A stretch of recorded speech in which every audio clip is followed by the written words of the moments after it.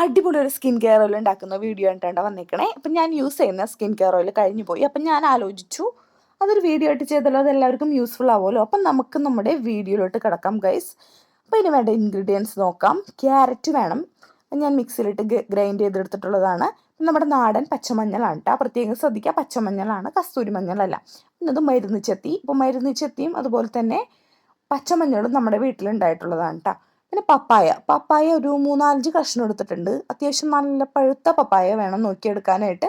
ഞാൻ കൈ വെച്ച് നന്നായിട്ട് പിഴിഞ്ഞ് വെച്ചിട്ടുണ്ട് കേട്ടോ. അപ്പം നമുക്ക് ഓയിൽ ഉണ്ടാക്കുന്ന വീഡിയോയിലോട്ട് കിടക്കാം. ഞാൻ ചട്ടി വെച്ചിട്ടുണ്ട്. ചട്ടി ഞാൻ ചൂടാക്കിയിട്ടില്ല.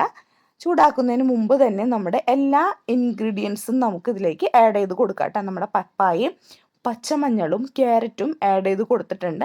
ഇനി നമുക്ക് ഫ്ലെയിം ഓൺ ചെയ്ത് കൊടുക്കാം. അപ്പം നമുക്കറിയാം ഇതെന്തായാലും മിക്സിയിൽ അരച്ചെടുക്കുന്നതാണല്ലോ, അതിലെന്തായാലും വെള്ളത്തിൻ്റെ അംശം ഉണ്ടാവും. അപ്പോൾ ആ വെള്ളത്തിൻ്റെ അംശം പോകുന്നത് വരെ നമ്മൾ ഇതിലിട്ട് നന്നായിട്ട് മിക്സ് ചെയ്ത് എടുക്കണം കേട്ടോ. ഞാൻ ഒരു ഫ്ലെയിം കുറച്ചാണ് ഇട്ടിട്ടുണ്ടായിരുന്നത്, അല്ലെങ്കിൽ പെട്ടെന്ന് കരിയും. നന്നായിട്ട് മിക്സ് ചെയ്ത് കൊടുക്കുക.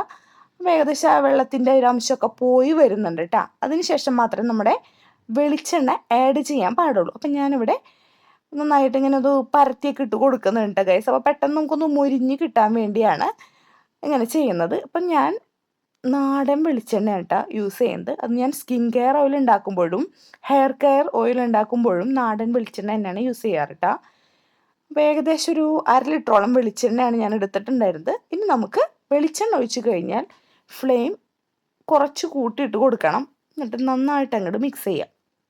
ഏകദേശം ഒരു 10-20 മിനിറ്റ് എടുക്കുന്നതായി വരാനായിട്ട്. കൈവിടാതെ നന്നായിട്ട് ഇളക്കി കൊടുക്കുക കേട്ടോ. അപ്പം ഞാൻ നന്നായിട്ട് മിക്സ് ചെയ്ത് കൊടുക്കുന്നുണ്ട്. അപ്പം നമ്മളെ ചെത്തിപ്പൂവ് നമ്മൾ ആഡ് ചെയ്ത് കൊടുത്തിട്ടുണ്ടായിരുന്നില്ലല്ലോ. അപ്പം ഞാനൊരു കുറച്ച് സമയം കഴിഞ്ഞിട്ടാണ് ചെത്തിപ്പൂവ് ആഡ് ചെയ്ത് കൊടുക്കുന്നത്. ഞാൻ പേഴ്സണലി പറയുകയാണെങ്കിൽ ഞാൻ 2 വർഷമായിട്ട് ഈ വെളിച്ചെണ്ണ യൂസ് ചെയ്യുന്നുണ്ട് കേട്ടോ. അപ്പം ഞാൻ എൻ്റെ മോൾക്കും അതേ ഇപ്പോൾ കുറച്ച് നാളായിട്ട് യൂസ് ചെയ്യുന്നുണ്ട്. അടിപൊളി റിസൾട്ടാണ് കേട്ടോ. നമ്മുടെ പിമ്പിൾസിൻ്റെ പാട് പോകാനും അതുപോലെ തന്നെ ടാൻ റിമൂവലിനും അടിപൊളിയായിട്ടുള്ളൊരു ഓയിലാണ് കേട്ടോ. അപ്പോൾ നമ്മൾ 1-2 തവണ യൂസ് ചെയ്ത് കഴിഞ്ഞുകൊണ്ട് മാത്രം നമുക്ക് അതിൻ്റെ റിസൾട്ട് കിട്ടില്ല. നമ്മൾ കണ്ടിന്യൂസ് യൂസ് ചെയ്താൽ മാത്രമേ റിസൾട്ട് കിട്ടുള്ളൂ. ഇപ്പം നമുക്കറിയാമല്ലോ നല്ല ചൂടാണ്, പുറത്ത് പോയി വരുമ്പോഴത്തേനും കരിഞ്ഞു പോകും. അപ്പം അതിനൊക്കെ അടിപൊളിയായിട്ട് നമുക്ക് യൂസ് ചെയ്യാൻ പറ്റുന്നതാണ് കേട്ടത്. അപ്പം എല്ലാവരും ട്രൈ ചെയ്ത് നോക്കണം കേട്ടോ. അപ്പോൾ പിന്നെ അതുപോലെ തന്നെ നമ്മളെ എന്താ പറയുക, പച്ചമഞ്ഞൾ റിയാക്ഷനുള്ള ആൾക്കാരുണ്ടാവും.